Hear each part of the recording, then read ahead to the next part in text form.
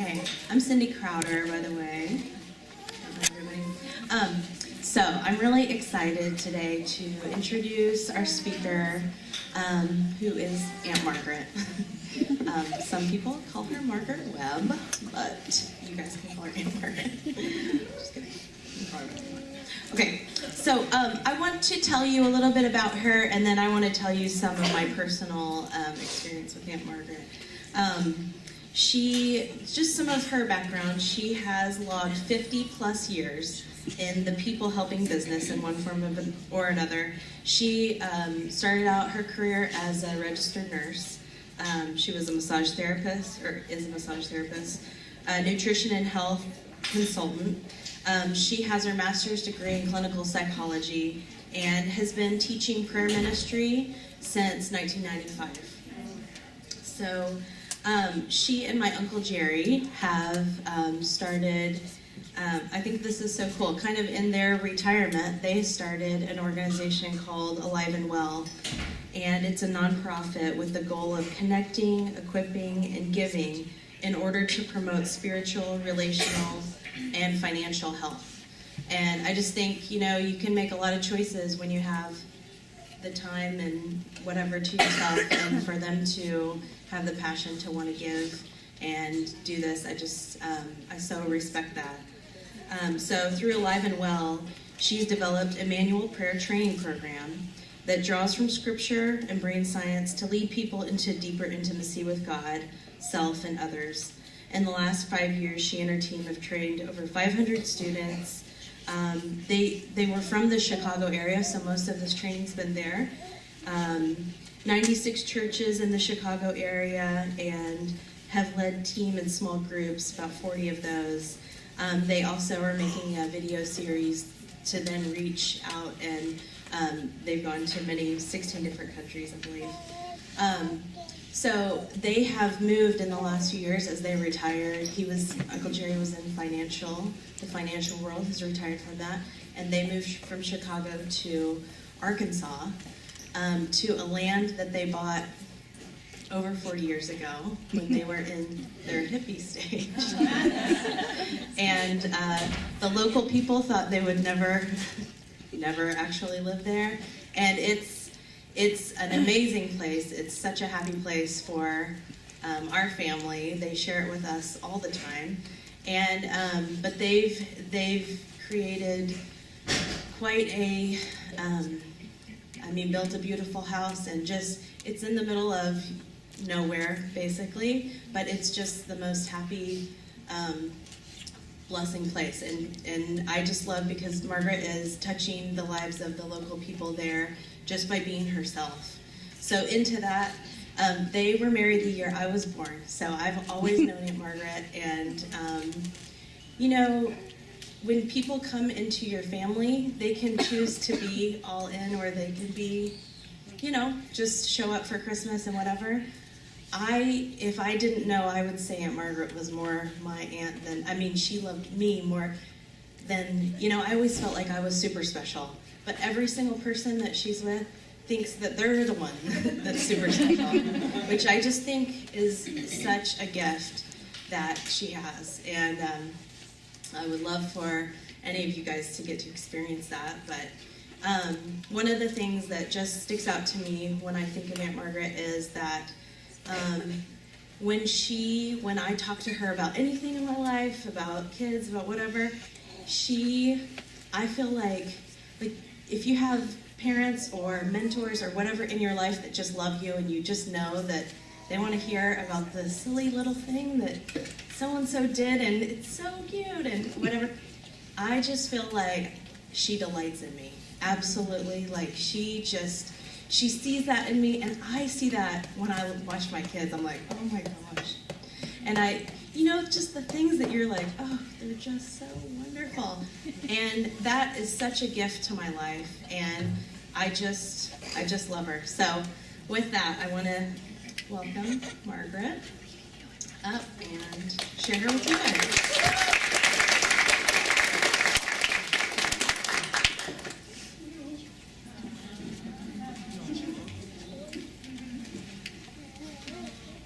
I am so happy to be with you. And it makes me so happy to see all these children and babies strapped to your bodies. And I mean, it's really joyful for me. And you are the first group of young moms or moms of young kids that I've had a chance to talk to, and this has been on my heart for so long. Because as you'll know, as I get into the material, you have the most powerful opportunity to shape your children according to this kind of a paradigm shift in understanding of what the most important thing is. Would you be a more joyful mom if you knew for sure that you were doing the most important thing to produce healthy, spiritual and emotional children, spiritually and emotionally healthy children that would grow into spiritually and emotionally healthy adults? Would you? I figured you would. That is why I'm going to share this material with you today. I apologize for the chair setup because I know it makes it more inconvenient for your eating and all that. But one of the reasons I did it was that I'm going to get you interacting with each other some, and I don't know, I just thought it was a good idea, but if it's kind of awkward, sorry. We're good, we're good. Okay, all right. Now, handouts. They're under that chair. And, you know, they're like turned like this because so, here, let me see this one. No, you go ahead. This should be on the back of what you're getting. So just to be sure, because you've got some pages stapled together and then you've got one loose sheet, and that's what your back page should look like. Now, the stapled together sheets are basically my teaching notes, because I figure you might be brain dead this morning, or I have been teaching long enough to know that most of the time when we go to a conference or anything like that, if we're really on target, we take away about one thing. Like, I can go to a 5-day conference, and when I'm home 2 months later, I can only remember one thing. So that's normal. So I figure, like if you didn't get any sleep last night, or your kids were like crazy, or you're just brain dead and you want to just stare at me, you can go home and you've got my notes. How about that? And you also don't have to write everything down that I say, okay? I would rather have your eye contact and feel your hearts. So that's what that is, but the last page, the one that has the little pictures on it, that's the one that we're actually going to use today. So you can just put that one on the top. I want to mention the videotape. My ministry, we tape all the teachings that we do, and we are wanting to produce some stuff for parents. We've already taught a Parenting with Joy workshop that's on tape. And if we get some good tape out of this, if we get some good material, we'll probably put those two together in a package that would be for parents. And I have an awesome, fantastic ministry partner, Jessica, up in Chicago, who is really good with video. So she does our material. One of the things that I want to do, I want to give you some information and some experience and some tools that could actually be a major paradigm shift for you in how you approach your parenting. And then I also want to offer you some resources if you want to follow up, and do more looking into this. Okay. 3 goals to help you take just a few steps, manageable steps, closer to becoming a more joyful mom with more joyful kids. I want to give you one little bite-sized smidgen of brain research. And it's going to be fun and pretty powerful that I think would help you reach that goal. And I'm going to give you some practical tools and some resources. So those are the three things we're going to do. Here's my disclaimer. Full disclosure, I've never raised kids. I have no business talking to you about kids. I don't have children. So I'm the best mom that ever lived in my life. I've never made a mistake. No, seriously, I'm very humbled to be talking to moms. And I really would love to get feedback from you somehow through Cindy or whatever, because you can help me shape this workshop. You can help me know, like, am I on target? Is this on, I don't want it to be up in the stratosphere. I want it to be a tool in your hands that's really helpful. So if there's something, especially if there's something out of this that's the most helpful thing to you, tell Cindy or Sarah or somebody, and I'd like to know. Okay? Because I will do this again, I'm sure.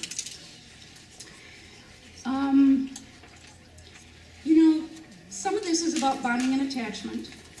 And I know that there's a lot of literature out there.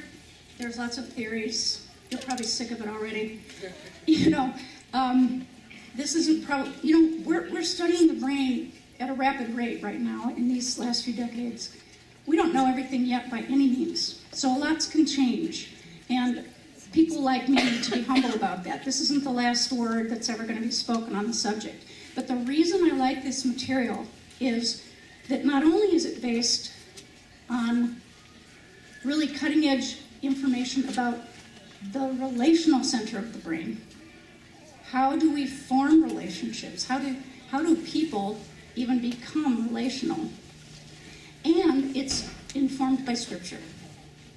So the major originator of this material is a PhD psychologist and also a seminary trained. We're looking for Sawyer's mom. We texted and she's out there like crying. She's not happy. Sawyer's mom. One down. See, she's got the notes. This man is both seminary trained and he's also studied the brain research. He's just a brilliant guy. And so this is why I like it. It's not just secular. In fact, the most fun part about this information is that it supports so much about Scripture. And it brings depth. Like, it is real easy to hear the word joy, like, count it all joy when you're suffering. But what does it really mean? I always want to know, what do these words mean? I grew up with them, and I don't like just not knowing. So, here's the other thing, though. This material might be really exciting for you, but it might also push your mommy shame and fear buttons. Anybody have any mommy shame? Any fear? No? Yeah. Because there are some parts of it that could be challenging. And so we'll try to be sensitive to that. I wish it wouldn't, like, if I had a magic wand, none of you would experience that. But it would be just about impossible to be a conscientious, intelligent, /perfectionistic modern mom and not have those struggles. So that's one of the things I want to help you with. I just think it would be so helpful to have a focus on what's truly most important. Okay? Have you ever thought, I wonder if I'm doing it right? Katie is. And what if I've already done it wrong? We're going to deal with that. So this is going to be a redefinition of joy. Joy is not happiness. It's not, what did I say? Oh, it's not fun. It's not having fun. And it's not throwing the most awesome birthday party ever and making everybody else jealous. This is your new definition of joy. It is connected relationship. And honestly, as I study this, I think that's what Scripture means. That the joy of the Lord is our strength. Really, honestly, I don't mean to be flippant, but I had no idea. What does that mean? The joy of the Lord. Is it just a concept? Is it just like that we know that there's, that we're saved and stuff? Or is it that I feel personally and relationally, interactively connected to Jesus, and it makes a difference when my kids are throwing up? This is really what's on my heart and what our training program is about.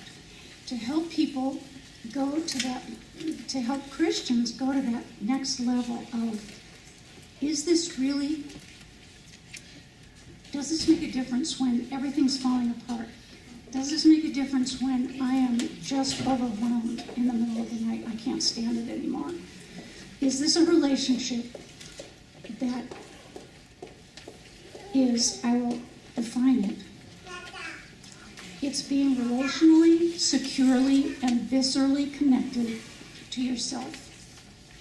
That's sometimes the most challenging. To others and to God. Self, God, and others. I mean, self, others, and God, and I say it that way because that's the developmental sequence. Self. You can help your child develop a healthy relationship to him or herself in the first year of their life.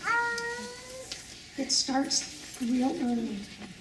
Self, and then others, first mom, and then family. And that's how we can be relationally connected to God. Then we can make that transition. There's a whole lot I could say about that. Joy is the abiding sense that you are not alone, even deep inside yourself. You are known, you're loved, and you belong. Now that doesn't have anything to do with fun or happiness. That's way deeper than that. It's a deep, visceral experience. And you also have a sense that your most important relationships will endure no matter what. Now, I know what it's like to grow up without any of that. I grew up in a really, really exemplary Christian home. We did all the right things. But my parents didn't know that they were low joy people. They didn't know that their relational life was damaged early on. Not their fault. And they really didn't know how to create an environment of joy. I mean, we played games and we went camping and all that. That's not what I'm talking about. I mean that I really didn't experience this kind of relational connection, this kind of security, this kind of ability to know myself, to feel even connected to my siblings. I felt connected to no one. And yet I was dancing the dance, I was smart enough to look good, I got good grades, blah, blah, blah. Inside I was just alone. And I know what it's like to crawl out from under that. It's taken me a long time. It's taken a long time. But, let's see. Joy is connected relationship with someone who is glad to be with me. It can be experienced in good times and bad times. When our joy is strong, when our joy capacity is strong, we can love well, we can live well, and we can endure hardship well. That is how people get grown who can do really hard things for the Lord. Because there's that inner, it's like the oak of righteousness, the tree that's planted by the rivers of water. It's solid. Now, I was thinking about MOPS, and I looked it up on Wikipedia, and it was started in 1973. Did you know this? 73. One woman, one church. And here, all these years later, There it said there's 3,900 groups. I don't even know if that's current, but it's probably at least that, if not more. 3,900 in 35 countries. Right. I think that's incredible. But I understand it because look at you guys. Why do you come here? Yeah, and because you get each other. You get each other. You know, you really know what it's like, and that is joy. Even if you haven't slept all night, even if you are just your kids, you know, if you all understand each other. And it's that sense that someone knows you, they can see you, you're seen, you're really known and seen. And that is joy. Okay? So do we have the sort of the redefinition of joy? It's extremely important. Now, here's your little smidgen. Here's a little smidgen of brain science.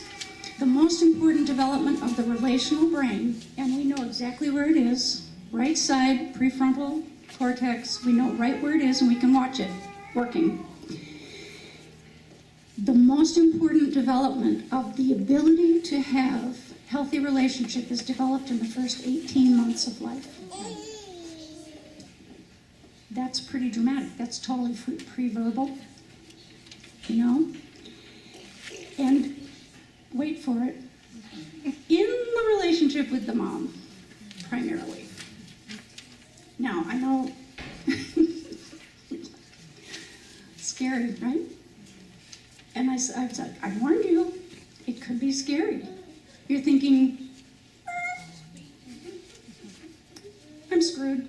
My kids are screwed. Oh my goodness. I mean, it's huge. But there's good news. I wouldn't come here just to scare you. Here is the counterbalancing, awesome, wonderful truth that's about our God.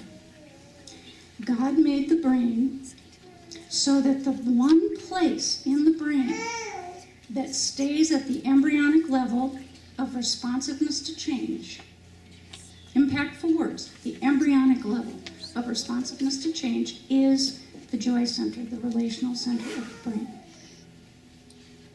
Are we getting this? I mean, this is our hope. I mean, therapists wouldn't even be in business. There wouldn't be anything, there wouldn't be psychology. I mean, you know. That's right. Right on? And huge. It's the reason that I am a different person than I started out to be. I didn't start out to be relational. I didn't start out emotionally healthy. I didn't start out connected to anyone, and I walked out on God because, you know, you can't even see Him, and you can't even connect to people you can see. So I am Exhibit A of this can change. This can change. Whew. Now, here's the sentence. Here's what I want you to remember. It's never too late to grow your joy capacity. It's not too late, ever. It's not too late for you. It's not too late for your kids. So, you have messed up sometimes. Maybe you didn't grow up with high joy. And really, honestly, we can only pass on what's really inside us. You know you can't fool your kids. You know that? But you try to all the time. But you can't. And I always say, think about your own mothers. Bless their hearts. Have you ever thought that maybe you know more about your mom than she knows about herself? You know, like those looks on her face, and she doesn't even know they're there. I used to ask my mom all the time, Mom, what's wrong? Nothing. Mm-mm. And she really didn't have the capacity to know what was going on inside her. And she didn't have the capacity to communicate it to us. So we were always nervous. We were always wondering.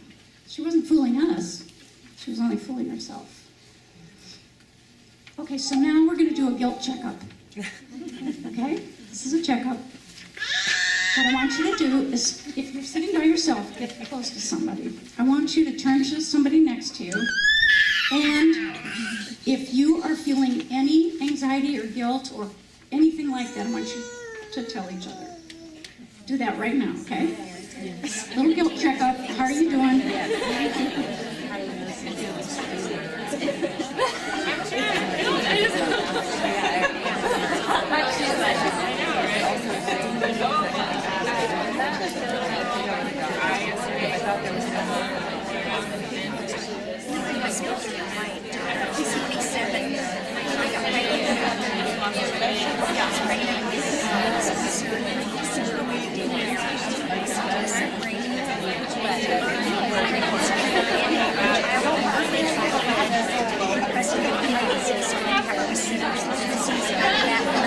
Okay, be sure both of you get a chance to share. Just a quick checkup.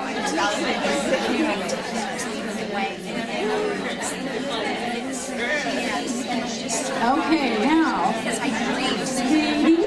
ladies, I know, I have to stop you, and if you, this is, go ahead and just be sweet to her. Now what I want you to say to each other is, it's never too late to grow your joy capacity. Say that to each other, because it's not. It's never too late. It's not too late. All is not lost.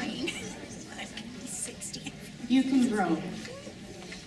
All right, that's awesome. Good guilt checkup. Now I want you to go to your handout, because this is the meat and potatoes. This is the pay dirt of what we're doing today. This is so cool. This is something that's, it just, I don't know. I think it's going to be very challenging and exciting, because I found it phenomenal. Did you know that there are 6 what we would call negative emotions? The ones we like the least. There are 6 negative emotions that are hardwired into the brain. Now this is like a, because, I mean, I went through the 80s when we tried to cast out all of this. My mom still doing VCRs. Yep. And this was, and I've been a therapist trying to help people with all these emotions for years and years and years. And this was impactful, that God put these emotions in the brain. So like, impact number 1 is, when your kids experience these, don't flip out. You know, this is not like character going down the drain or whatever. This is, and what I have here is, these are the reasons that he put them there. So that just like sex, we know that sex is a gift from God, and it has a pure, God-blessed purpose. But it gets twisted. It's the same thing with these emotions. So in a fallen world, and with imperfect parents, and all the stuff around us, these emotions get burdened, and their original good purpose gets damaged, okay? But look at this. If we think of the most important task is to learn how to be deeply connected and relational, then sadness is like an alert. It's a feeling that's an alert that I've lost something that's important. So if you think about little ones, like I was talking to somebody who has an 8-month-old, and she's like, when I walk out of the room, you know, sad, like fear, because I've lost something that's important, and they don't have object constancy yet, like you don't exist if you're not in the room. It's an alert. Something important and something that I really need is gone. Shame. Don't we hate shame? Yeah, but there's good shame and there's toxic shame. And shame alerts me that I'm disconnected. Like if I have a really important relationship and something disrupts it, there's a feeling that I have an alert feeling. Something alerts me. And that is the good purpose for shame. And of course, ultimately, if we do something that damages our relationship with God, that's that alert that goes, oops, I don't feel his presence. However, you have to be able to feel his presence first. That's another whole story. Hopeless despair. Would you think God would put that in the brain? But hopeless despair is really functional if I'm trying to do something that's really not going to work. I need to know. That's in it. These are words. We're saying a word, but what we really have is a visceral experience. There's an internal experience that says, you know what? I need to stop doing this. Anger gives me energy to fight a danger. And disgust warns me that there's something harmful. Although, you'd think kids would have more disgust about poop, but I don't know. I don't quite get that. And then fear gives me the energy to flee. All right? But just think for a minute. What might change for you in your daily life with your kids if you kept this awareness in your mind? They are going to have these emotions. They're going to have them. Now, let's look at this little diagram with the heart in the middle. This is what we call the joy ring.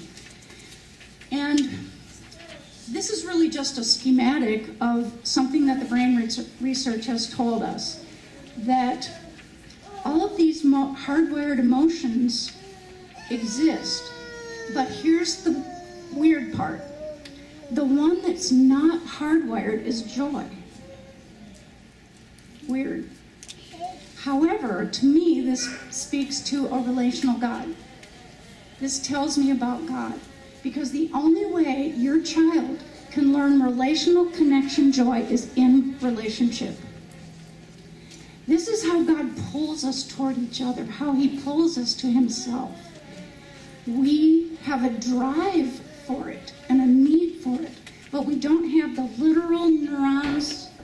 We literally, see, one of the reasons we do the diagram with the lines is that is like neurons. You know what they look like. You had biology 101 or whatever. We don't have the neurons developed for joy. Okay, so this means that really, to me, the most important job of particularly early childhood parenting is helping your child grow the neurons to go from those distressing emotions back to connection.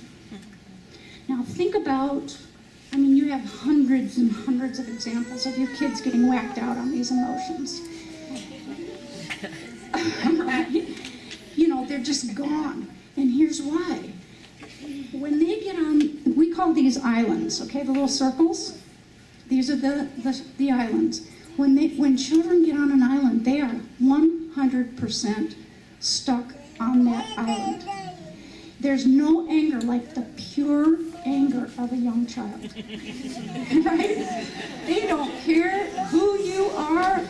They lose you. It's just ferocious, 100%. And they don't know how to get back to being connected to you and being sweet. They don't know how, because they don't have they keep pointing to the wrong side of my brain. They don't have the nerves, literally. Think about this, girls.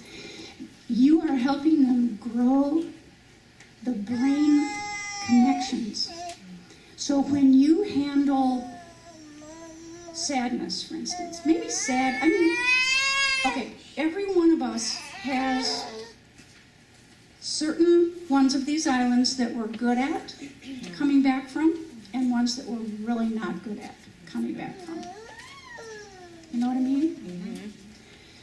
So the ones we're good at coming back from are the ones that we're going to do a good job helping our kids come back from. Okay, so let's say that sad doesn't trigger you, doesn't push your buttons. You know, sad's like, what do you do when your kid is sad? Scoop them up, kiss them up, love them up. What about when they're in rage? Rage. I hate you, Mommy. If they can talk. Or they just hate you in their which is, how are you with that? Run. Yeah, right. You're lying.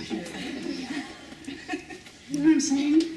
And really, the way you learned how to handle these emotions is the way they were handled in your home. So in my home, no negative emotions were allowed at all. We were scared to death. Because both my parents had some severe trauma in their childhood. And nobody there to, I mean, what did they know, you know, in the turn of the century, early 20th century? You just got over it. You better. I mean, my mother, it was the Depression. You know, her father suicided. There was no help. You just got on with it. See, I give them credit for that. My parents were wonderful people, strong, intelligent people, but they were wounded. So we grew up knowing that our job was to keep them from feeling any of their scary emotions. Right? I mean, I didn't know that until much later, but I figured it out. So I learned to bury mine, of course. And then I was disconnected from myself. All my God-given alerts were messed up. So here we are. We have children who don't know how to get back to connection joy. And you are the key. You are the key to them getting back to joy. And when you do help them with that, when you're present to them and relational with them, it's building their brain, literally. Now, when I say they get stuck on an island, because we'll use that language a lot, we get stuck on an island, we get stuck on islands, it means that they're cut off from feeling connected to you. You know? And if you think about it, you can probably know, like, I can tell when my kids are feeling connected to me and when they're not feeling connected to me. And so here, what if your most important task was to reach where they are and help them come back into connection? By the way, trauma isn't just bad things that happen. Bad things happen to everybody in varying degrees. But what turns something bad happening into a lifelong trauma is if that person feels unconnected and alone in that experience. So the brain cannot process a bad experience when it's disconnected. The brain just shuts it down because we are designed to do life with connection. Everything about us, everything even about our brain and our bodies, are designed by God to function the best when we're connected. So this should be good news to you. If you're scared that something bad's going to happen to your kid, and you know, some of us live in a lot of anxiety. This is hopeful that being connected and having you present to them and having you be relational, hopefully not freaked out yourself if possible, that helps them process the experience. So they get bullied at school, they come home, they tell you about it, you talk about it, you empathize, you give them some strategies. You know, this is not lifelong damage. Okay? Amen. That's just a little aside.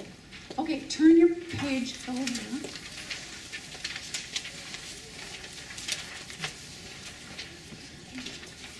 Okay, so now we've got some bridges. You see them? Now we've got some bridges. By the way, the reason that the lines go around the circle on the other side is because we can go cycling around all these emotions. They're connected to each other. They're just not connected to joy. But here's our little joy girl. And someone is glad to be with me. Now, glad to be with you, like, I just saw a glad to be with you interaction going on right up here. You and you were crying, and you were present to her. I mean, you couldn't solve it for her or anything. I'm assuming that you were just present and glad to be with her while she was feeling that. Perfect example. It's not rocket science. It's just being relationally present, right? And you felt her, and you felt her. So you were known, and someone felt you. That does worlds of good for us, wonderful things for us. So think about joy being someone's glad to be with me, even when I'm messy, bad, angry, sad, hopeless. If you can learn by God's grace to be able to be present to your child in all of that, that will make a world of difference. The only way children learn to return to being relational from the 6 distressing emotions is when one or both parents model it. It takes both parents. Over and over in the daily grind, in the little things and the big things, in different ways at each age and stage of development, and sometimes even differently with different children. So let's just admit it, this is hard. Yeah. This is a big job. It's a different job than trying to make sure your kids don't do anything bad, than trying to, I don't know, be perfect. But it's a big job, it's an important job. Really, really important. So the good news is that we can grow our own joy capacity, and our children can grow their joy capacity. It's never too late. Okay? Oh, good. Now we want to know, what do I do? Right. Right? What do I do now? So, I'm going to give you 2 goals and 3 tasks. Is that too much? No. Hopefully not. You need some goals and you need some tasks. And it's on your sheet. So, I don't want you to get all excited or all freaked out and not know what to do about this. And so we're going to take some practical steps, and we're going to suggest some resources. Okay, goal number 1 is to develop your child's joy capacity. I mean, that will be their strength. I was raised in a great Christian home, but I went out and whoa, boom. I mean, I was 20. I just went out into the world and went, Yahoo. Because I was unconnected. I didn't care. I got hurt. So, joy capacity. Your children need to be the sparkle in your eye. And I've been watching you guys as we bring these babies in, and I mean, I just love it, because the most important thing you can do is to delight in your child. Your delight. They literally, this is the bad news, they map your brain. Your child maps your brain. Through the eyes, through the face. Literally, their brain is going to become a lot like yours. So your strengths and your weaknesses. Yikes. But your delight in them will cover a multitude of sins. Amen. Yep. So if you think like, when I'm really got that awesome eye-to-eye, like, I just love you so much thing, you're thinking, well, that's nice, but the real job is, don't do that. No, your real job is to delight in your children. When they see it in your eyes, they see it on your face, they hear it in your voice tone, it's creating joy in their brain. Awesome. Awesome stuff. So I say, lavish them with as many expressions of your delight as you possibly can. Your eyes, your face, your voice tone, and lots of touch. So when you have those love attacks and you just wrestle them down, you just kiss them all up and everything, that's growing their brain. Fantastic.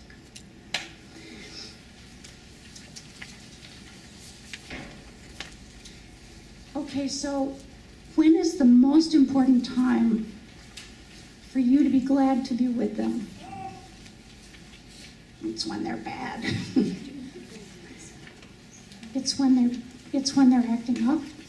They're in those emotions. They're just, And I don't know about you, but I think I would have freaked out over bad, because I was so raised with a behavioral standard and so much perfectionism and all of that I don't think I would have handled that very well. And so I grew up thinking that the major job of parenting was to shape behavior. Well, I had great behavior until I went off the deep end. I mean, my behavior as a child was exemplary. And then I went out and made a huge, big mess. Because nobody was paying attention to, was I connected? Every single night, family devotions.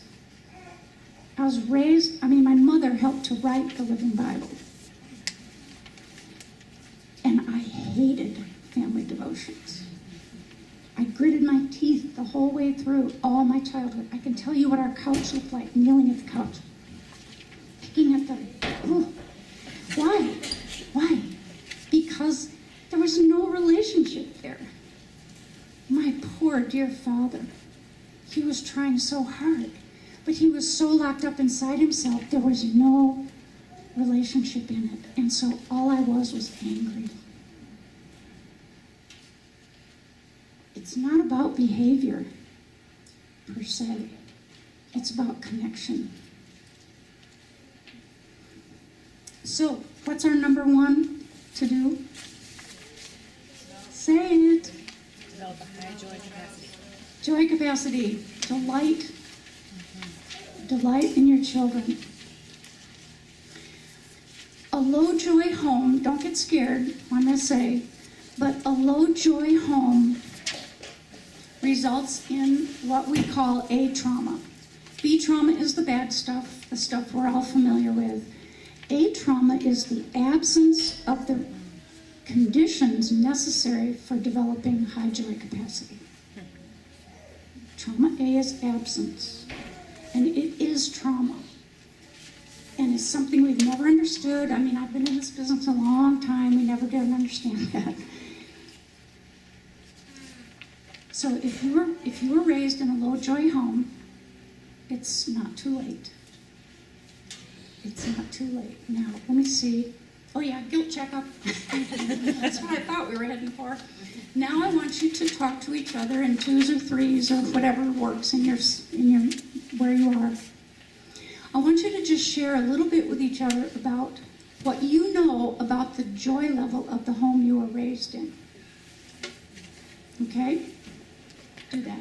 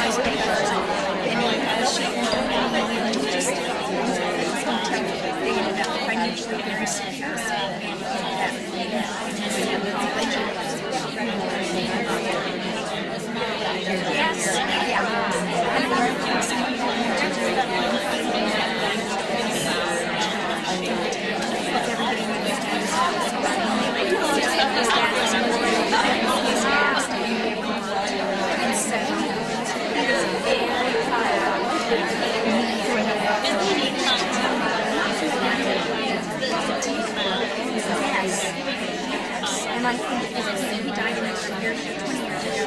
But I think Okay, ladies. I'm going to call you back. Before you end, class, before you end your little conversation, I want you to say to each other, it's never too late to grow your joy capacity. Say it to each other. You need to hear it from each other. Look at each other in the eye and say it. It's never too late.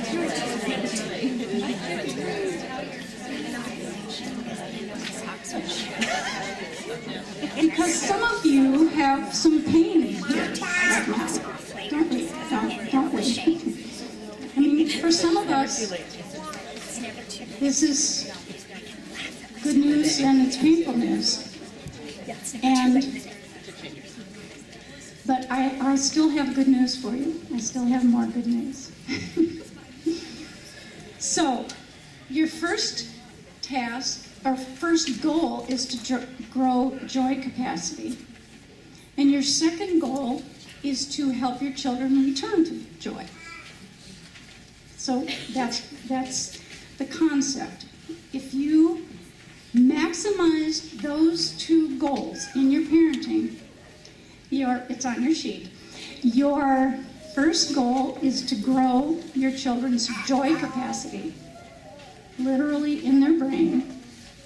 And the second goal is to help them build bridges back to joy from the 6 distressing emotions. We call that return to joy. Because when they get off on an island, they're just stuck there. And this is the key. So now we're going to do three tasks. Okay? 2 goals, 3 tasks. It's on your sheet, so don't worry. Number 1 is to synchronize with your child. So we use the example of SAD. It's probably fairly easy to synchronize with SAD, unless sad has been majorly traumatizing to you, like it was to my mom, then she couldn't synchronize with sad. We just couldn't be sad. We couldn't be angry. We couldn't. Anyway. Synchronize. Now, what does synchronize mean? The sentence that goes with this is to tune in to your child while they're in that emotion. Now, that doesn't mean you, it doesn't mean you have the same emotion. It doesn't mean you have to be feeling what they're feeling. It just means that you see them like this. Or like you're doing with each other. Those of you who are feeling distressed in the sharing time, and the others are just present. They're just making eye contact. Your heart is there. You care. That's synchronizing. It's not hard unless that emotion is triggering for you. Does that make sense? It's not rocket science, but if that's a triggering emotion for you, then it becomes rocket science, because you just flip. You lose your relational circuitry. There's another whole teaching that that's in our material about relational circuits. These are real. It's like your relational circuits are on, your relational circuits are off, and it's really helpful to know about your relational circuits because you need to learn to know what it feels like when they're on and when they're off. Basically, number one indicator that your relational circuits are off is the problem becomes more important than the person. So you're trying to get your kids ready to go to MOPS, and they aren't cooperating. So getting them stuffed into their clothes and stuffed into the car and stuffed into the nursery is the problem. And the problem becomes more important than those little people. Now, I didn't see anybody acting that way when you all walked in, so don't worry about it. But so tune in means I see you. I see you. You're angry. I see you. You're feeling hopeless, therefore you're throwing a tantrum. I see you. I mean, some of these are easier than others. It's really hard when you've got a 3-year-old who has a lot of energy throwing themselves on the floor at Target or whatever.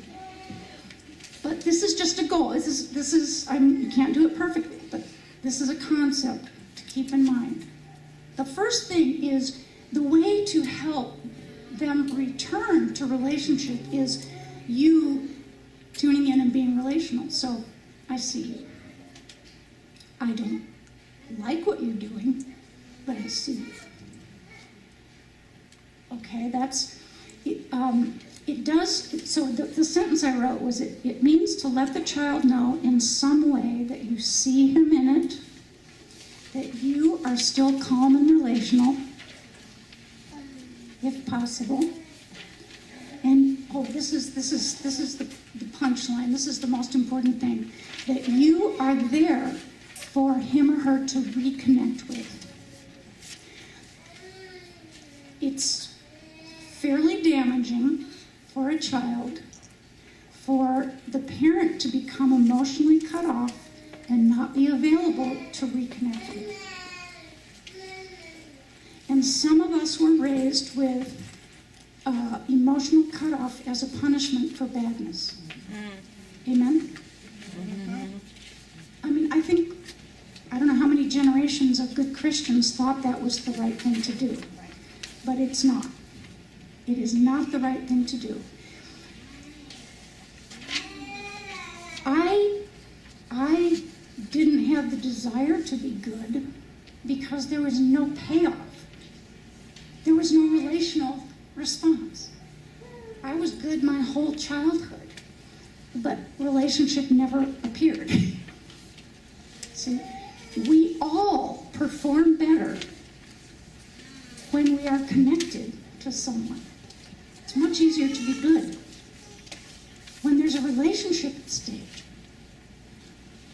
So if we use emotional withdrawal to try to shape behavior, it's counterproductive. Does that make sense? It's just plain counterproductive. So try to, if that's your example, try to turn your head around and realize that it will be easier for your child to comply or come out of bad behavior if you're ready for them to reconnect with. You're there, you're ready. And that's a bridge. That's how the bridge gets built back to joy. That is a tall order. That's a tall order. Some of you come back easily from certain emotions, not from others. None of us, I don't think, do all 6 beautifully and perfectly. Here's another fact that comes from the brain researchers. I love that little sound.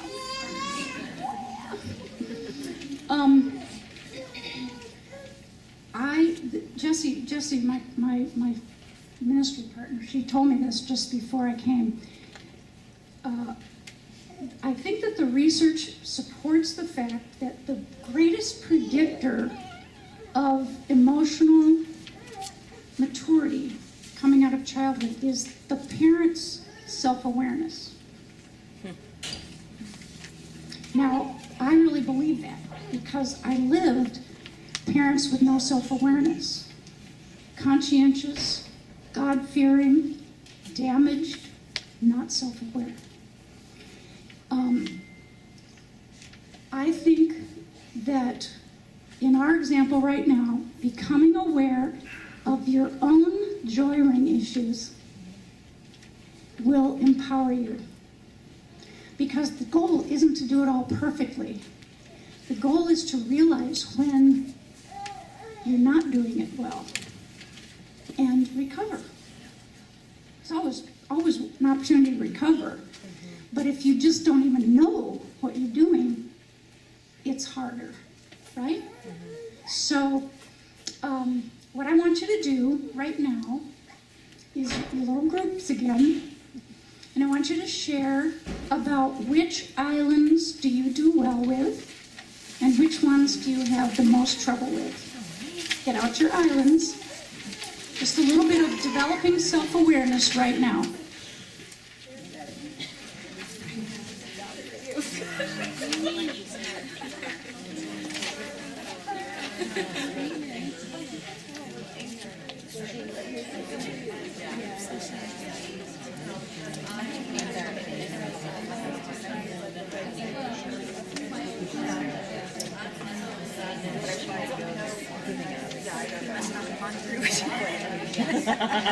I can go right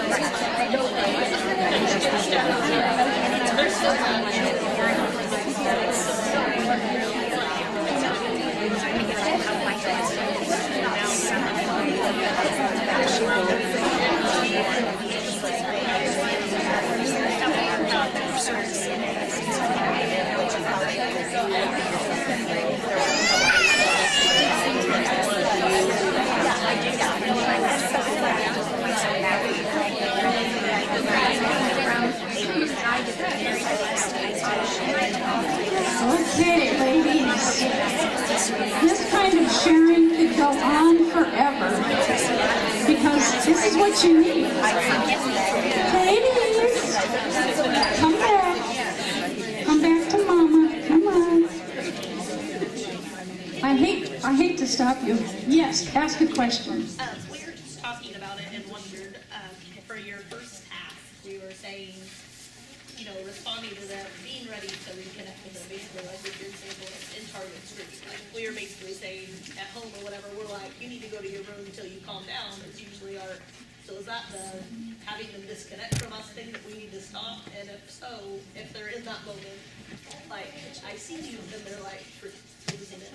Like, you know what I'm saying? Yes, yes. Awesome. Perfect question because I actually have that in my notes.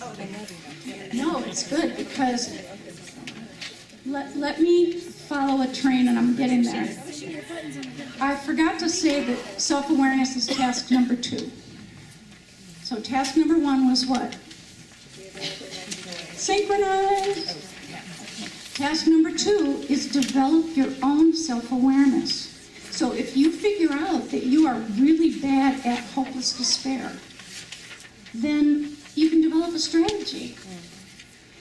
Right? I mean, really, you can, it's very practical.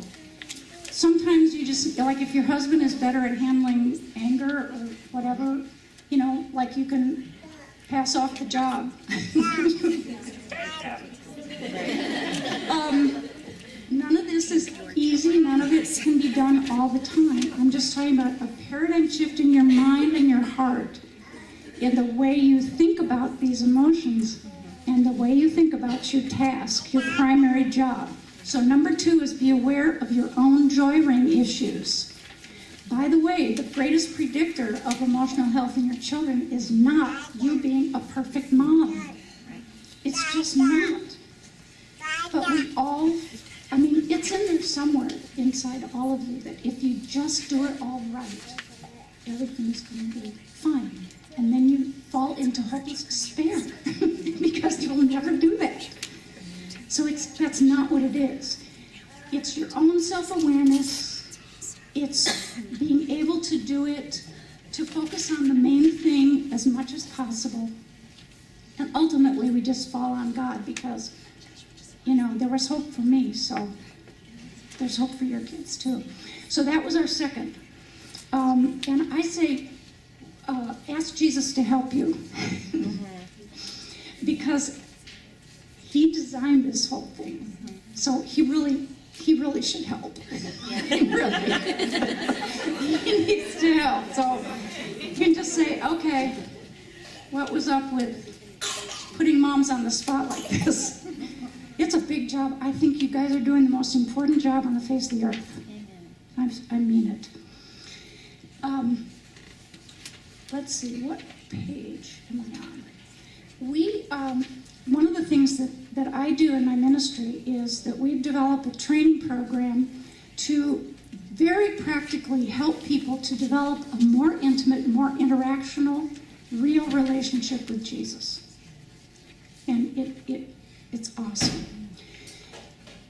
This whole thing about coming back into connection, about being able to forgive your children for being awful, forgive yourself for not being perfect, and all of that, it all happens better when we're able to be in intimate communication with Jesus, because Number one is he is always, always, always glad to be with you. Yes.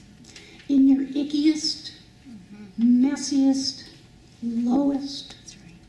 where you just want to crawl in a hole, in the places where you feel totally alone and awful. He is glad to be with you.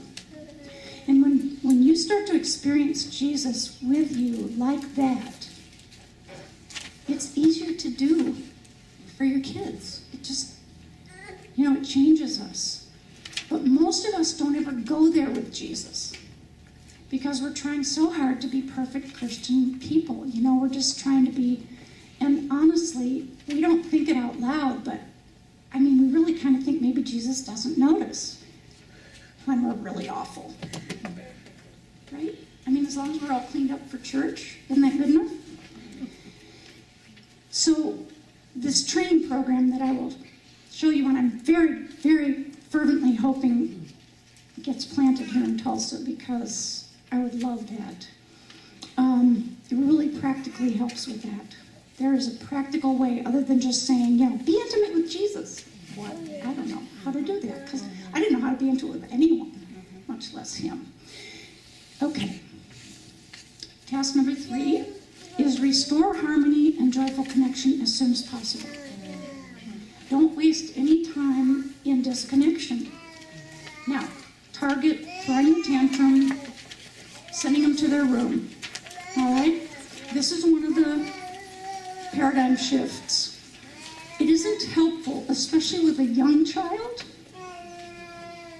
to send them to their room to be alone in that distressing emotion. They don't know how to get back.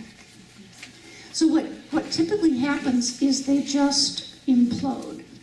Over time, I'm not saying, the first time. If this is the strategy over a long period of time throughout childhood, whether it's emotional disconnection, like I'm just not going to deal with you until you get over yourself, or go to your room and come out when you're straightened out. Straighten up. They don't know how to straighten up. They only know how to sort of give up.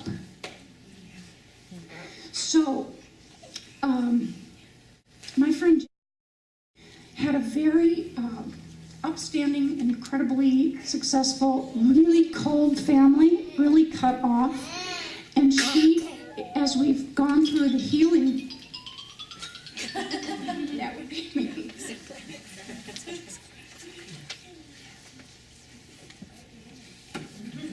As we've gone through the healing process, we've had to spend a lot of time on that isolated little girl in her room because there wasn't anybody to be a bridge for her. And that's a trauma.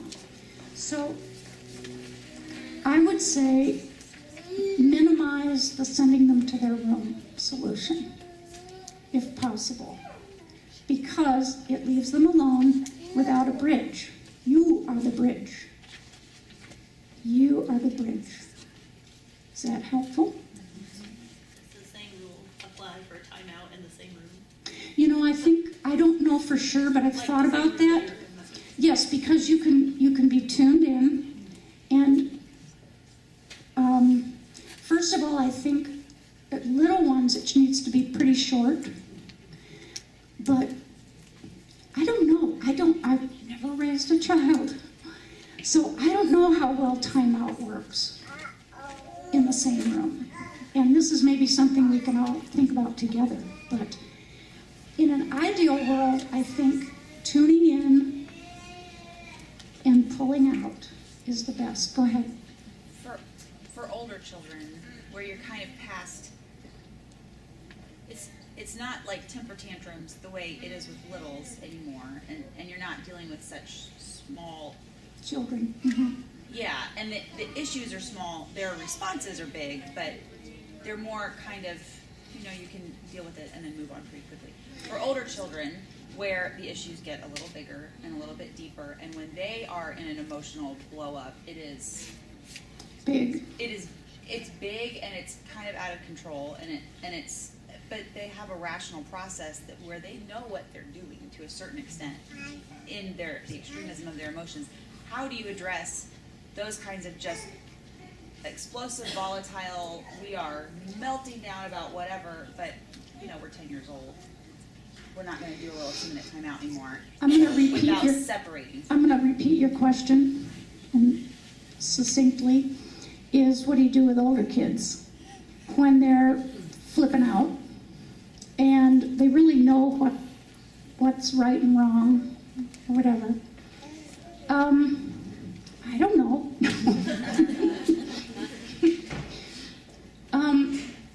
This is a guiding principle that how can you make yourself relationally available? I think that should be sort of the guiding question for any age. How can I make myself relationally available to this child? And that might be, this is creative. This is like you have to figure this out creatively for each child, for each age group, but this is a guiding principle. So if they are, I think if you're sending them to their room and you're cutting off emotionally, you're just done with them, that's more of a problem than if you send them to their room and you keep coming back going, how you doing? You understand? Okay, that's my answer. Like, are you ready to talk about this now? Yeah, let's talk about it. Especially, I would say, if your kids already know, like, your kids have coping skills, and you can encourage them, okay, go sit in your room and do your deep breathing or whatever.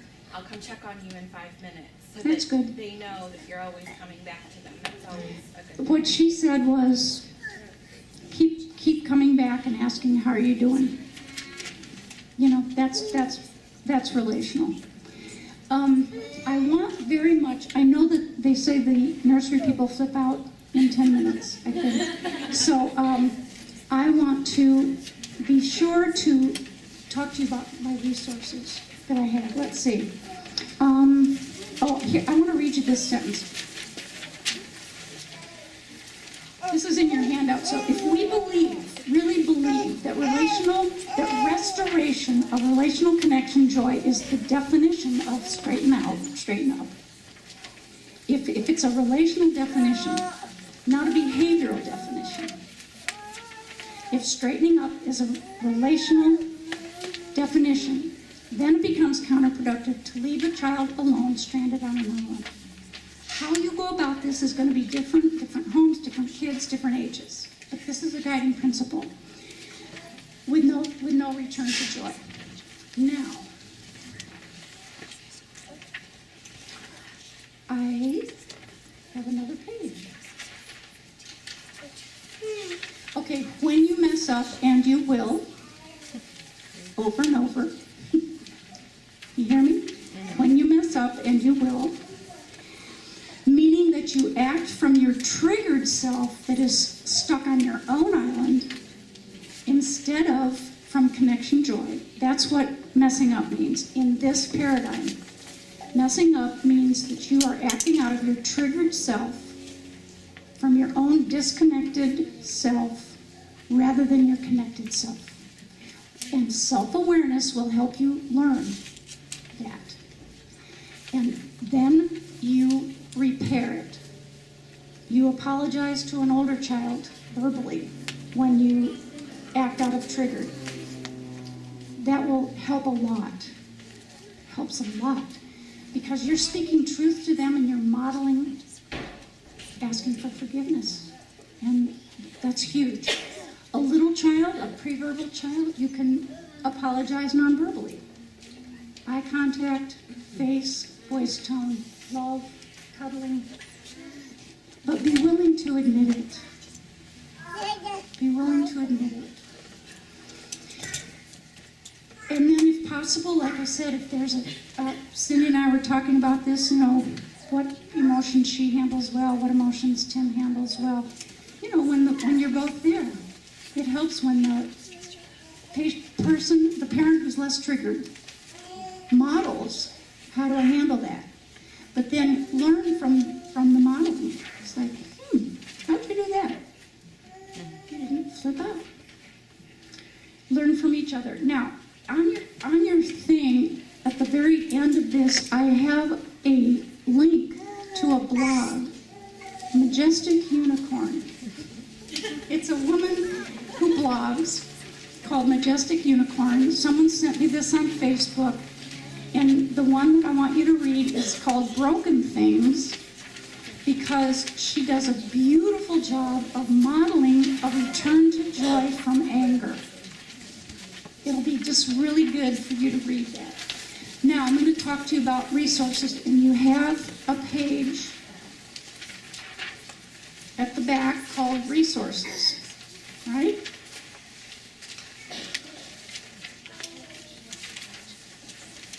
There it is. You're welcome to come up and look at these afterwards if you want to. They're my copies, but this one is really, really practical. This is written by the PhD psychologist that a lot of us have learned from, not the Christian friend of mine, but I think he's probably Jewish. Anyway, I went to one of his conferences, and he's a really, really good man. He's a real relational guy, and he has studied the brain research. So this is called 12 Revolutionary Strategies to Nurture Your Child's Developing Mind. 12 strategies. I recommend this one. You can get it on Amazon. Then there's another one that he has written. He wrote these, two different moms, I think he partnered with to write these. Parenting from the Inside Out. Now, the byline for this is how a deeper self-understanding can help you raise children who thrive. Self-awareness. So that's Parenting from the Inside Out. And both of those are on Amazon. And on audio. They're on audio. Yeah, you need audio for sure. You know, we should produce our stuff on audio. Okay, now Joyful Beginnings it's like a calendar, but it's an 18 months. So this is, you know, like the first 18 months are the most crucial. They're the most shaping. The first 18 months are the most shaping in terms of the joy center of the brain. So this is month by month, and it tells you like what task developmentally is the brain working on and what you can do. So this thing's cool. Unfortunately, it's $20. I didn't have enough time to, like, you know, buy hundreds and get the price down and all that. So you can't get this on Amazon, I don't think. But I think I put on there how you can get it. Where did I put it? Yeah, lifemodel.org. LifeModel is the organization that I'm connected with where all this information comes from. So this thing is pretty neat, and I thought, you know, even at $20, it'd be a great shower gift. And, okay, then my own stuff. This is the material that I produced in Alive and Well. It's a course that we taught live, but after 4 years of teaching it live, and we got a lot of taping and all this jazz, we've produced it so that it can be used by small groups, even without a trained leader. So Jessica, who does the majority of our teaching now, she guides the whole thing from the video. But it has to be done, it's designed for minimally a group of 3. It's all about relationships, so it's hard to do by yourself. I'm very much hoping that we will pull together a group of people. And, you know, when Jessica, she's going to live down here for a year with me before she heads out to California to get a PhD. I would love for us to come together to Tulsa and the two of us to teach, you know, like, that'd be so awesome. So I know Cindy wants to pull a group together, and this would be really, if you want to grow your own connection to Jesus, particularly, this is really helpful. There's the group workshop, a workbook, and a DVD. Oh yeah, joyful journey. Oh, living from the heart. You actually have the front of this one reproduced.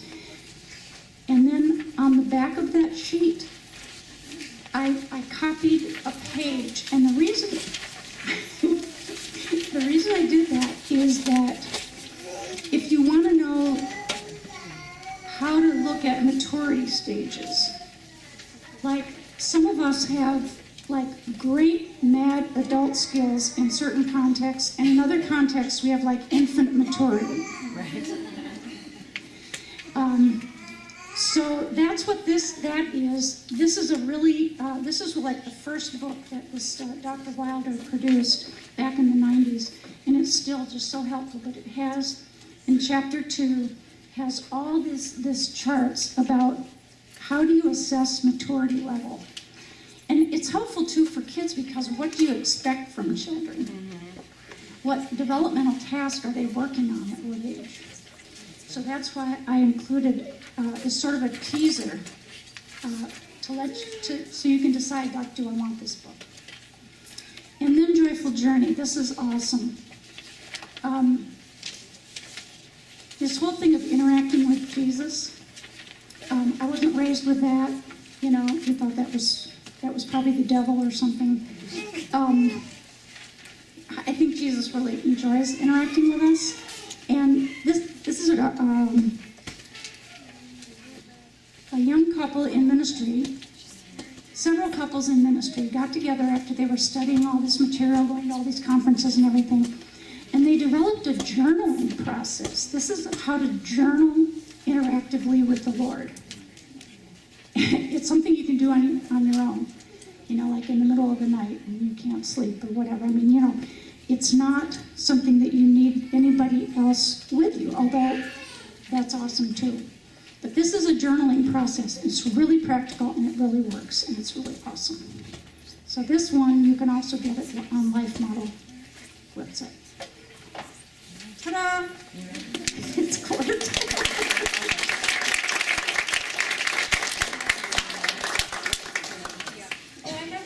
If you ever want to, you know, like table contact me, my cards are up here on the table.